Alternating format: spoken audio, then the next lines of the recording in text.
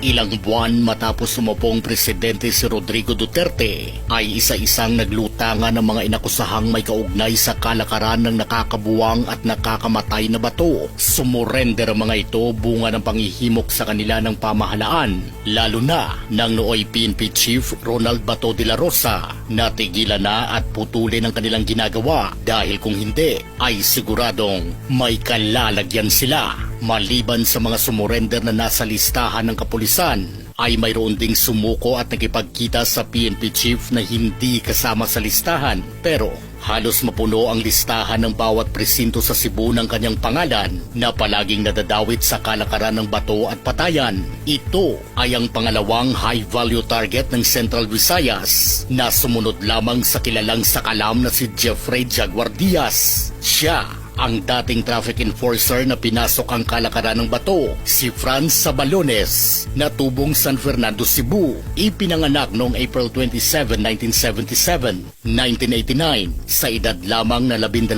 taong gulang, ay maaga nang nasangkot sa ipinagbabawal na bisyo si Franz Sabalones. Sa edad na 21, siya ay nakaranas ng mapasailalim sa rehabilitasyon bunga ng naging masamang epekto sa kanya ng iligal na bisyo.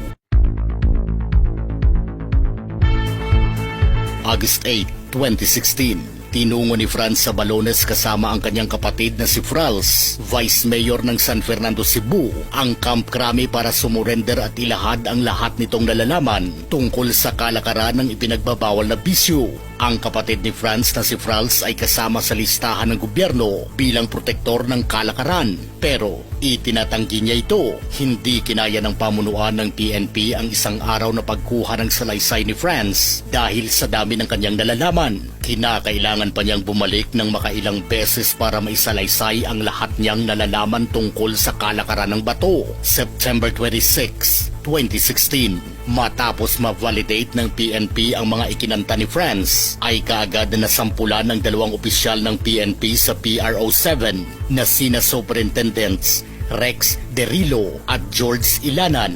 Kapwa daw ito umano, tumatanggap ng payola mula kay Franz Sabalones. Kung kaya kaagad silang itinapon sa kanilang mga bagong assignments. Ito ay sa lugar ng Mindanao. Maliban sa dalawa ay may ilan pang mga opisyal ng PRO7 na idinawit si Franz Sabalones na agad namang inalmahan ng mga nadawit na pulis at nagtangkang kakasuhan si Franz ng 10 million pesos lawsuit dahil sa pagdamay nito sa mga pangalan nila.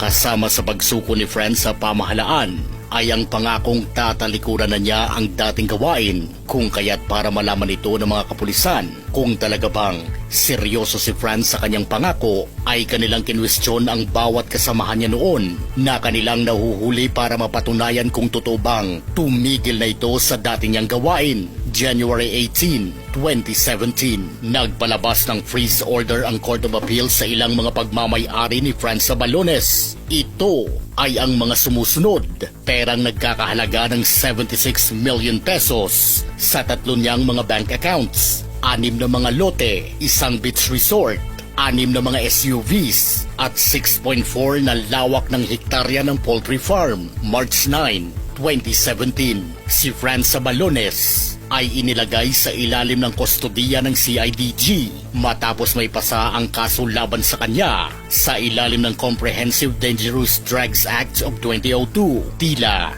hindi man lang pinawisan si Franz sa kanyang pagkakustodiya sa CIDG dahil wala pang ang 5 araw ay nakalaya na ito. July 18, 2017, nag-request ang abogado ni Franz sa NBI na imonitor ang aktibidades ng kanyang kliyente para mapatunayang hindi na ito involved sa kalakaran. June of 2018, tumba ang 3 mga pulis na nadawit sa pagprotekta noon kay Franz Sabalones, kung kaya't muli na namang lumitaw ang pangalan ni Franz na patuloy pa rin sa kalakaran.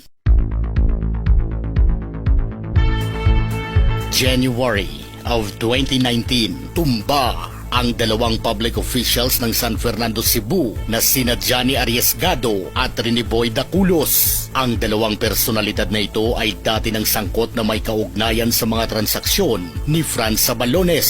Bago pa man nadali ang dalawa ay itinumba na rin ng hindi nakikilalang salarin ang dating bodyguard ni Franz na nagngangalang Tolencio Ababon. Ilang linggo pa ang lumipas ay isa-isang nalaga sa mga dating kasamahan ni Franz, kung hindi man sa mga hindi nakikilalang mga salarin ay dahil sa operasyon ng mga kapulisan kung saan sila ay nanlaban. January 22, 2019, niratrat ni na Felix Abacaja Jr. at Jerome Labita, dating tauhan ni Franz Sabalones, ang sasakyan ni San Fernando Mayor Lacambini Reloya kasama ang asawa nitong si Ricardo, barangay kapitan na si Nonoy Reloya at 4 pang mga kasamahan nito. Maswerteng nakaligtas ang mayora pero minalas namang mabuhay ang asawa nito at 2 pa nilang mga kasamahan.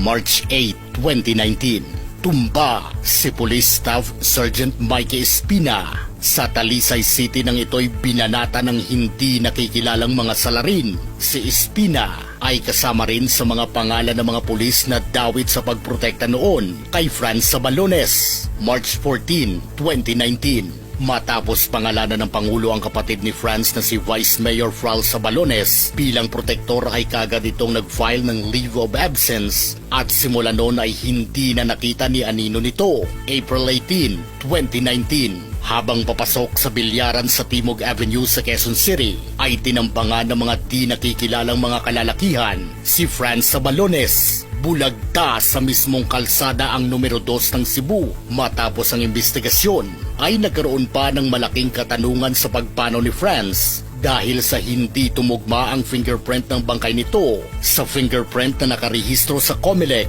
Ayon kay nooy PRO 7 Regional Director Chief Superintendent Dibold Sinas, 2 lang ang posibleng senaryo sa sitwasyon. Una, na ang tinambangan na lalaki na papasok sana sa bilyaran ay hindi si Franz Sabalones o ang pinaniniwalaang si Franz Sabalones na nagparehistro ng kanyang fingerprint sa COMELEC ay hindi totoong siya. Gustuhin mang ipa-DNA ng kapulisan ng katawan ni Franz para malaman ang kasagutan. Pero ang problema ay wala na umano silang alam na kamag-anak ni Franz na mahagilap para makuhanan ng DNA sample. Sa matatandaang sumibat na at hindi na nakita pa ni anino ng kapatid ni Franz na si Frals bago pa man madali ang kapatid nito.